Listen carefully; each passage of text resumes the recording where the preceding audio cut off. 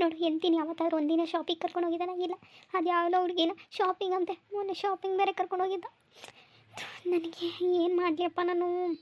ಮಾವ ಅವ್ರು ಹೇಳ್ದಂಗೆ ಸ್ವಲ್ಪ ದಿನ ನಮ್ಮ ಅಮ್ಮ ಮನೆಗೆ ಹೋಗಿ ಬರಲ್ಲ, ಅದಕ್ಕೂ ನಮ್ಮ ಅತ್ತೆ ಬಿಡಲ್ಲಲ್ಲ, ಅದಕ್ಕೆ ಏನಾದರೂ ರಂಪಾರಾದ ಅಂತ ಮಾಡ್ತಾರೆ ಹೇಳುತ್ತೆ.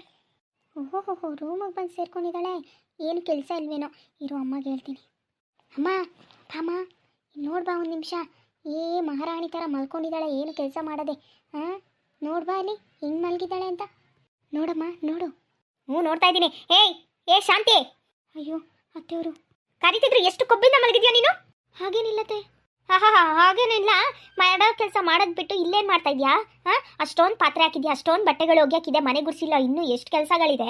ಏನು ಮಾಡದೆ ಮಹಾರಾಣಿ ಥರ ಮಲಗಿದ್ಯಲ್ಲ, ಏನು ಕೆಲಸ ಇಲ್ವಾ? ಏನು ನಾವು ಮಾಡಬೇಕಾ ಕೆಲಸ ಅಲ್ಲ? ಅತ್ತೆ ಅದು ನನಗೆ ತುಂಬಾ ಸೊಂಟ ನೋಯ್ತಾ ಇತ್ತು, ಆಗ್ತಾನೆ ಇತ್ತಿಲ್ಲ. ಹಾಗೆ ಸ್ವಲ್ಪ ತಲೆನೋವು ಕೂಡ. ಏನು ಮಾಡಲಿ, ನನ್ನ ಕೈಲಿ ನಿಲ್ಲೋಕ್ಕೆ ಆಗ್ತಾ ಇದ್ದಿಲ್ಲ ಅತ್ತೆ. ಅದಕ್ಕೆ ಬಂದು ಒಂದು ಸ್ವಲ್ಪ ಹೊತ್ತು ರೆಸ್ಟ್ ಮಾಡೋಣ ಅಂತ ಬಂದೆ ಅತ್ತೆ.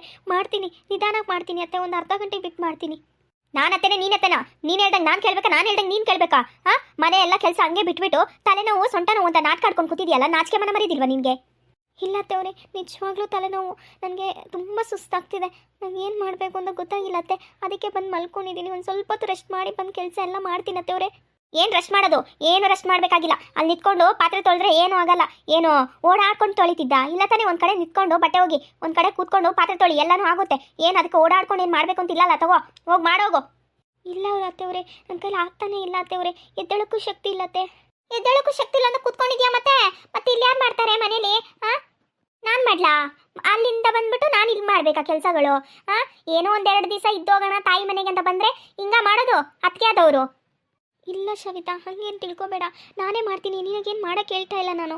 ಒಂದು ಸ್ವಲ್ಪ ಟೈಮ್ ಕೊಡಿ, ನಾನು ರೆಸ್ಟ್ ಮಾಡ್ಕೊಂಡು ಮಾಡ್ತೀನಿ. ತುಂಬಾ ಸೊಂಟ ನೋಯ್ತಾ ಇದೆ, ಅರ್ಥ ಮಾಡ್ಕೊಳ್ಳಿ ಪ್ಲೀಸ್. ನಾನು ಮಾಡ್ತೀನಿ, ನೀವೇನು ಮಾಡಬೇಡಿ, ಆರಾಮಾಗಿರಿ. ನಿಮಗೇನು ಬೇಕಾದೆಲ್ಲ ಮಾಡ್ಕೊಡ್ತೀನಿ. ಒಂದು ಅರ್ಧ ಗಂಟೆ ರೆಸ್ಟ್ ಮಾಡೋಕ್ಕೆ ಬಿಡಿ. ಅರ್ಧ ಗಂಟೆಲಿ ಎಷ್ಟು ಕೆಲಸ ಆಗುತ್ತೆ ಗೊತ್ತಾ? ಕೆಲಸ ಮಾಡ್ಬಿಟ್ಟು ಕೂರೋಣ, ಅದೇನಿಲ್ಲ. ನಮಗೇನು ತಲೆನೋವು ಬರೋದೇ ಇಲ್ಲ, ಅಂತೂ ನಾವು ಮಾಡೋದೇ ಇಲ್ಲ. ನಮಗೇನು ಸೊಂಟಕ ನೋವು ಇಲ್ಲಕ್ಕೆ ಇಲ್ಲ. ಈಗಲೂ ಸೊಂಟ ನೋವು ಇದೆ. ದನ ನಿಂತಂಗೆ ನಿಂತಿಲ್ವ ಇಲ್ಲಿ ನಾನು ನಿನ್ನ ಮುಂದೆ? ನಾನೇನಾದ್ರು ಕೂತಿದ್ದೀನಾ? ಹ್ಞೂ ಅಮ್ಮ, ನನಗೂ ಸ್ವಲ್ಪ ತಲೆನೋವು. ನಾನು ಓಡಾಡ್ಕೊಂಡಿಲ್ವಾ? ಇವ್ರ ಥರ ಏನು ಬೆಡ್ ರೆಸ್ಟ್ ಮಾಡಬೇಕು ಅಂತ ಹೇಳ್ತಾ ಇದ್ದೀನಾ?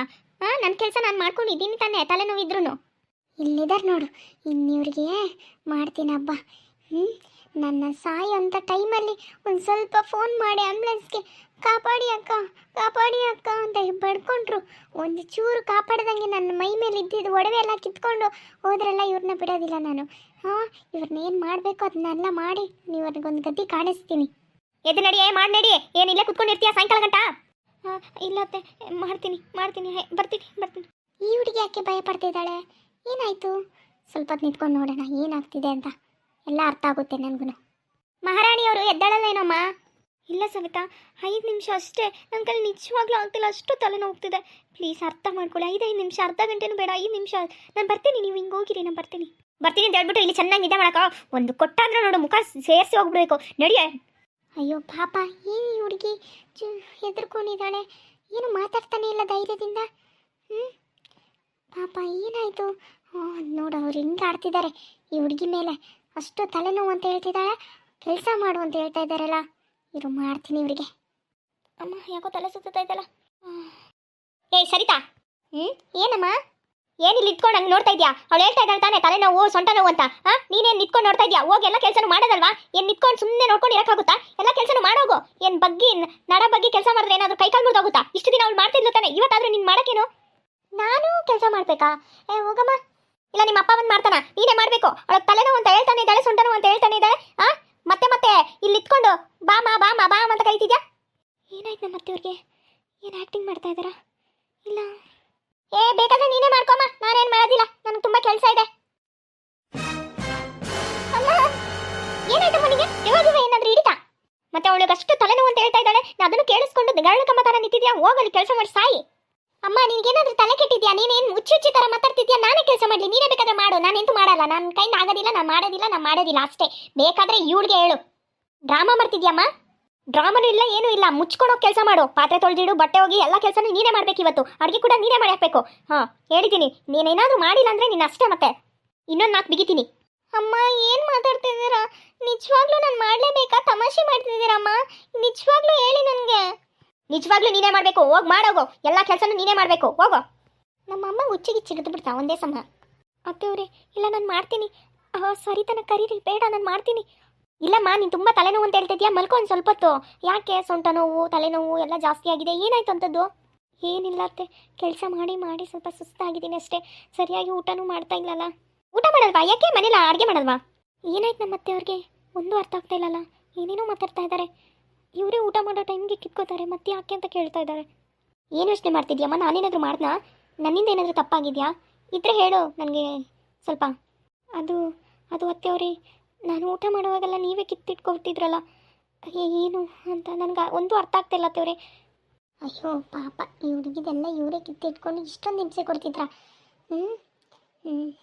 ಮಾಡ್ತೀನಿ ಅವಳಿಗೆ. ಸರಿ ಆಯ್ತು, ಅವಳಿಗೆ ಹೇಳ್ತೀನಿ ರುಚಿ ರುಚಿಯಾಗಿ ಅಡುಗೆ ಮಾಡು. ಅವಳಿಗೆ ಏನು ಇಷ್ಟ ನಿನಗೆ ಅನ್ನೇ ಮಾಡಕ್ಕೆ ಹೇಳ್ತೀನಿ ಅವಳ ಕೈಲಿ, ಹೇಳು. ಇಲ್ಲ ಇಲ್ಲ, ನನಗೇನು ಕೊಟ್ಟರು ನಡೆಯುತ್ತೆ, ಆದರೆ ಇವಾಗ ತಲೆ ನೋಯ್ತಿದೆ, ನನಗೆ ತಿನ್ನೋಕೆ ಇಷ್ಟ ಇಲ್ಲ. ಒಂದು ಸ್ವಲ್ಪ ಹೊತ್ತು ರೆಸ್ಟ್ ಮಾಡ್ತೀನಿ ಅಷ್ಟೇ ಅತ್ತೆ, ಆಮೇಲೆ ಬಂದು ಎಲ್ಲ ಕೆಲಸನೂ ನಾನೇ ಮಾಡ್ತೀನಿ. ಇಲ್ಲ ಪರವಾಗಿಲ್ಲ, ನಾನು ಇರೋ ಗಂಟ ನೀನು ಏನು ಮಾಡಬೇಕಾಗಿಲ್ಲ, ನೀನು ಆರಾಮಾಗಿರು, ರೆಸ್ಟ್ ಮಾಡು. ಏನಂದ್ರಿ? ನಾನು ಇರೋ ತನಕನಾ? ಅಂದರೆ ನಾನು ಎಲ್ಲಿ ಗಂಟ ಬದುಕಿರ್ತೀನಿ ಅಲ್ಲಿ ಗಂಟ ನೀನೇನು ಮಾಡೋದು ಬೇಡ, ಆರಾಮಾಗಿರು ಮಗಳೇ ಅಂತ ಹೇಳಿದೆ. ಮಗಳ? ಏನು ವಿಚಿತ್ರವಾಗಿ ಮಾತಾಡ್ತಿದ್ದಾರೆ. ಮತ್ತು ನಿನಗೇನಾದರೂ ಕಷ್ಟ ಇದ್ದರೆ ನನ್ನ ಹತ್ರ ಹೇಳು ಈಗಲೇ. ಕಷ್ಟ ಎಲ್ಲ ಇವ್ರಿಗೆ ಗೊತ್ತಿದೆ, ಮತ್ತೆ ಹೇಳು ಅಂತ ಹೇಳ್ತಿದ್ದಾರೆ. ಏನಾಯಿತು? ಏನು ಯೋಚನೆ ಮಾಡ್ತಿದ್ಯಾ? ಬೇಗ ಬೇಗ ಹೇಳು, ಏನಾದರೂ ಕಷ್ಟ ಇದೆಯಾ? ಇಲ್ಲ, ಆರಾಮಾಗಿದ್ದೀನಿ.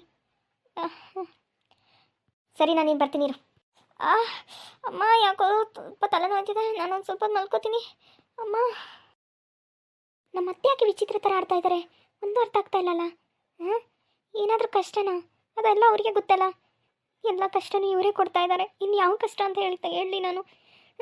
ಈ ಕಡೆ ನೋಡಿದ್ರೆ ಅತ್ತೆ ಗೋಳು ಕೊಡ್ತಾಳೆ, ಅವಳು ನೋಡಿದ್ರೆ ಅದು ಇದು ಅಂತ ಹೇಳ್ತಾ ಇರ್ತಾಳೆ. ಇನ್ನು ನನ್ನ ಗಂಡ ಯಾವಳ ಜೊತೆನೂ ಇಟ್ಕೊಂಡು ಅದೊಂದು ನರ್ಕ ನನಗೆ ಹೊಡ್ಕೊಂಡು ಚಚ್ಕೊಂಡಿರ್ತಾನೆ.